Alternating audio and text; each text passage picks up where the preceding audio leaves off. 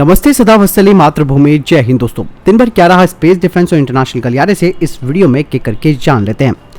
अब भारतीय नौसेना भी भारतीय सेना और भारतीय एयरफोर्स के साथ ही मल्टी रोल हेलीकॉप्टर प्रोग्राम, जिसे कि हम IMRH के नाम से जानते हैं, उसमें शामिल हो गई है।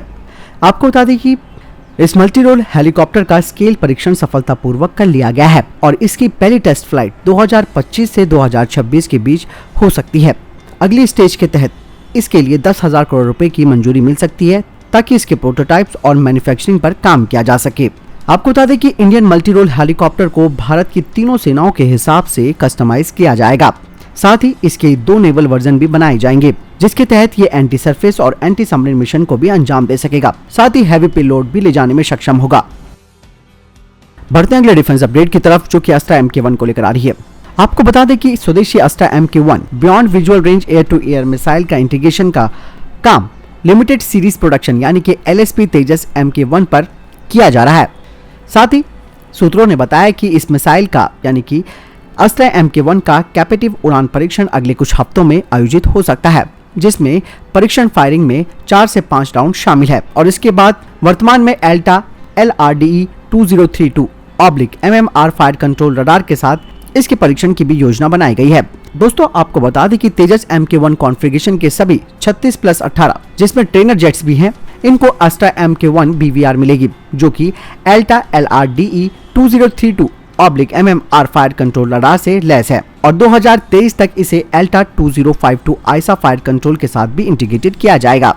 यही नहीं, इसके अलावा फायर कंट्रोल रडार जिसे कि तेजस MK1 फाइटर जेट की 20 यूनिटों की पहली खेप में लगाए जाने की योजना बनाई गई है।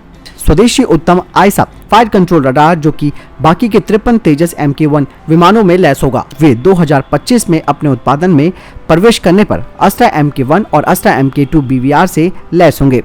इसके अलावा इसमें और भी कई भारतीय निर्मित हथियार भी लगे होंगे।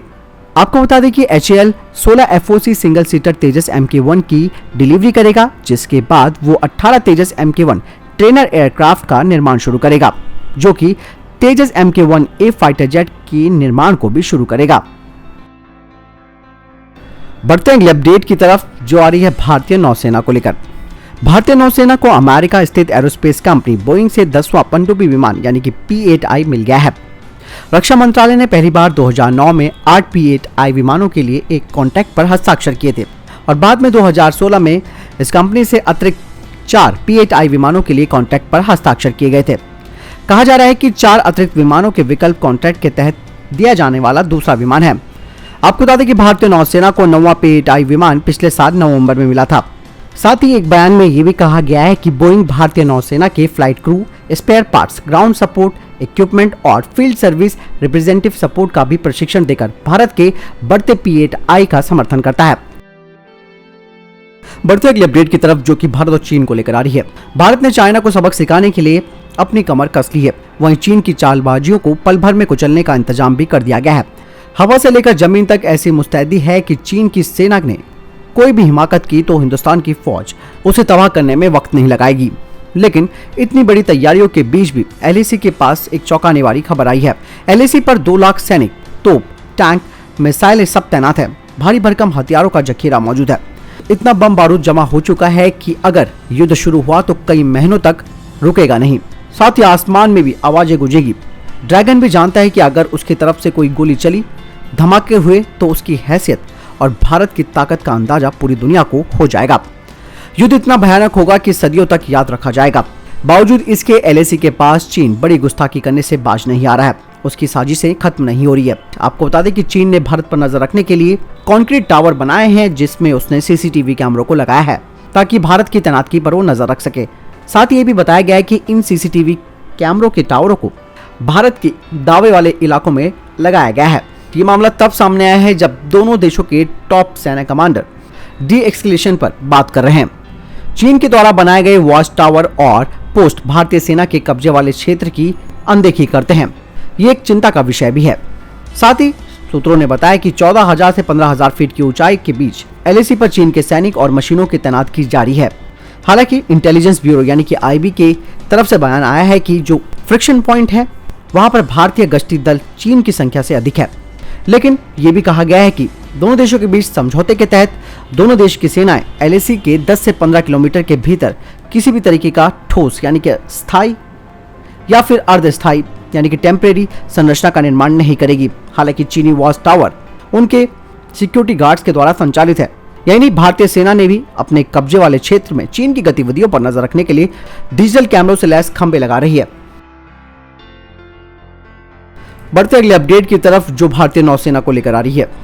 कारगिल समूह के मंत्रियों की सिफारिश के 2 दशक बाद प्रधानमंत्री नरेंद्र मोदी की सरकार सुरक्षा को बढ़ाने के लिए नागरिक और सैन्य समुद्री डोमेन के बीच इंटरफेस के लिए एक राष्ट्रीय समुद्री सुरक्षा समन्वयक यानी कि नेशनल मैरीटाइम सिक्योरिटी कोऑर्डिनेटर को नियुक्त करने के लिए तैयार हो गई है। आपको बता दें कि नेशनल मैरीटाइम सिक्योरिटी कोऑर्डिनेटर भारतीय राष्ट्रीय सुरक्षा सलाहकार के अधीन काम करेगा और समुद्री सुरक्षा डोमेन पर सरकार का प्रमुख सलाहकार भी होगा। साउथ ब्लॉक के सूत्रों ने बताया कि रक्षा और सैन्य मामलों के मंत्रालय ने NMSC पद के लिए केंद्रीय मंत्रिमंडल की मंजूरी मांगी है। उन्होंने कहा है कि इस बात की पूरी संभावना है कि भारतीय नौसेना में एक रिटायर्ड और हाल ही में रिटायर्ड वाइस एडमिरल को इस पद पर नियुक्त किया जाएगा। NMSC एक लंबे समय से लंबित आवश्यकता है क्योंकि कारगिल ग्रुप ऑफ मिनिस्टर्स ने इसकी सिफारिश की थी और इसकी जरूरत सबसे अधिक 2008 के मुंबई नरसंहार के दौरान महसूस की गई थी। आपको बता दें कि समुद्री ऊर्जा सुरक्षा के लिए भी जरूरी है ये पद यानी कि NMSC का पद। भारत के 9 तटीय राज्य और 4 केंद्र शासित प्रदेश हैं जो मानते हैं कि समुद्र और तटीय सुरक्षा केंद्र सरकार की जिम्मेदारी है। चीन समुद्र आधारित सुरक्षा सिद्धांत की ओर आगे बढ़ रहा है और पाकिस्तान और म्यांमार के माध्यम से हिंद महासागर में प्रवेश कर रहा है। NMSC का पद समुद्री और ऊर्जा सुरक्षा के लिए महत्वपूर्ण होगा क्योंकि चाइना भारतीय समुद्रों के माध्यम से अफ्रीका के पूर्वी समुद्र बोर्ड तक पहुंचने की योजना बना रहा है। बढ़ते अगले अपडेट की तरफ जो कि नेपाल को लेकर आ रही है। नेपाल ने अपने पूर्वी हिस्से में 669 यानी कि 679 मेगावाट की जल विद्युत परियोजना के विकास के लिए भारत के सतलज जल विद्युत निगम के साथ 1.3 अरब डॉलर का समझौता किया है। ये पड़ोसी देश में भारत के द्वारा शुरू किया गया दूसरा बड़ा उद्यम होगा। इन्वेस्टमेंट बोर्ड नेपाल के अनुसार 2017 की लागत अनुमानों के आधार पर सबसे बड़ी विदेश निवेश वाली परियोजना पूर्वी नेपाल में शंखुवा सभा और भोजपुर जिलों के बीच स्थित है। कुल 669 मेगावाट क्षमता वाली लोअर अरुण जल विद्युत परियोजना भारत द्वारा शुरू की गई दूसरी बड़ी परियोजना है। इससे पहले भारत ने 1.04 अरब अमेरिकी डॉलर लागत वाली 900 मेगावाट क्षमता की अरुण 3 जल विद्युत परियोजना को भी शुरू किया था। काठमांडू में निवेश बोर्ड नेपाल के मुख्य कार्यकारी अधिकारी सुशील भट्ट ने कहा कि इस परियोजना के लिए एक सहमति पत्र पर भी हस्ताक्षर किए गए हैं और इस परियोजना को बनाओ, रखो, चलाओ और सौंपो यानी कि BOOT मॉडल के तहत विकसित किया जाएगा। हालांकि ये सब चीजें इसलिए भी हो पा रही हैं क्योंकि अब नेपाल में सरकार बदल रही है और उनके नए प्रधानमंत्री उनका झुकाव भारत की तरफ भी है। लेकिन ये तो तय वक्त बताएगा कि आगे सिचुएशन क्या होती है, फिर भी हमें इंतजार करना होगा। अगली अपडेट ब्रह्मोस मिसाइल को लेकर आ रही है। दोस्तों कल जब तक हमने डिफेंस अपडेट बताई थी तब तक यही कहा जा रहा था कि ब्रह्मोस यार का सफल परीक्षण हो गया, लेकिन बाद में जो अपडेट आया उसमें ये साफ तौर पर बताया गया कि ये मिसाइल टेस्ट के दौरान विफल हुई। ये मिसाइल टेक ऑफ के बाद तुरंत गिर गई। इस टेस्ट में मिसाइल के एक्सटेंडेड रेंज वर्जन का परीक्षण किया जा रहा था जो कि 450 किलोमीटर तक के लक्ष्य को भेदने में सक्षम है। सूत्रों ने बताया कि इस विफलता का अध्ययन किया जाएगा वैज्ञानिकों की एक ज्वाइंट टीम के द्वारा, क्योंकि ब्रह्मोस एक बहुत ही विश्वसनीय मिसाइल है और परीक्षण के दौरान बहुत ही कम विफल साबित हुई है। हालांकि मिसाइल के विफल होने की सटीक वजह पूरी जांच के बाद और विश्लेषण के बाद ही पता चलेगी। ब्रह्मोस सुपरसोनिक क्रूज मिसाइल का इस्तेमाल पहले 300 किलोमीटर से कम के लक्ष्य के लिए किया जाता था, लेकिन अब सुपरसोनिक गति के साथ लंबी दूरी पर हमला करने के लिए इसका इस्तेमाल किया जाएगा। अगली अपडेट की बात करते हैं तो आ रही है विदेश मंत्री एस जयशंकर 13 से 14 जुलाई को शंघाई सहयोग संगठन के विदेश मंत्रियों की परिषद बैठक में भाग लेने के लिए तजाकिस्तान का दौरा कर रहे हैं। विदेश मंत्रालय ने कहा कि इस बैठक में अफगानिस्तान के मुद्दों पर चर्चा की जाएगी। बैठक में 16 से 17 सितंबर को दुशांबे में होने वाली SCO के राष्ट्रीय अध्यक्षों की बैठक की तैयारी का आकलन भी इसमें किया जाएगा ताकि अंतर्राष्ट्रीय और क्षेत्रीय मुद्दों पर विचार का आदान प्रदान किया जा सके। हालांकि ये जो SCO की मेन मीटिंग है वो अफगानिस्तान को देखते हुए बनाई गई है, क्योंकि जिस तरीके से चरमपंथी ये जो तालिबानी है वो आगे बढ़ रहे हैं, तो इसके लिए एक रास्ता इस मीटिंग के जरिए निकाला जा सकता है।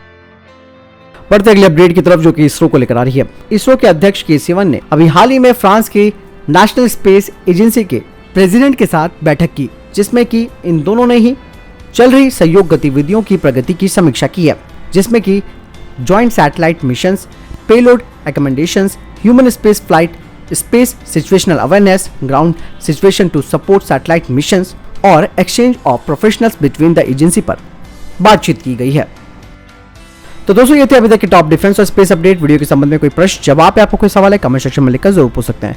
बहरहाल इस वीडियो के लिए इतना ही, मिलता है नई वीडियो के साथ। ख्याल रखिएगा अपना, साथ ही चैनल सब्सक्राइब करना ना भूलिएगा। नमस्कार, जय हिंद, जय भारत।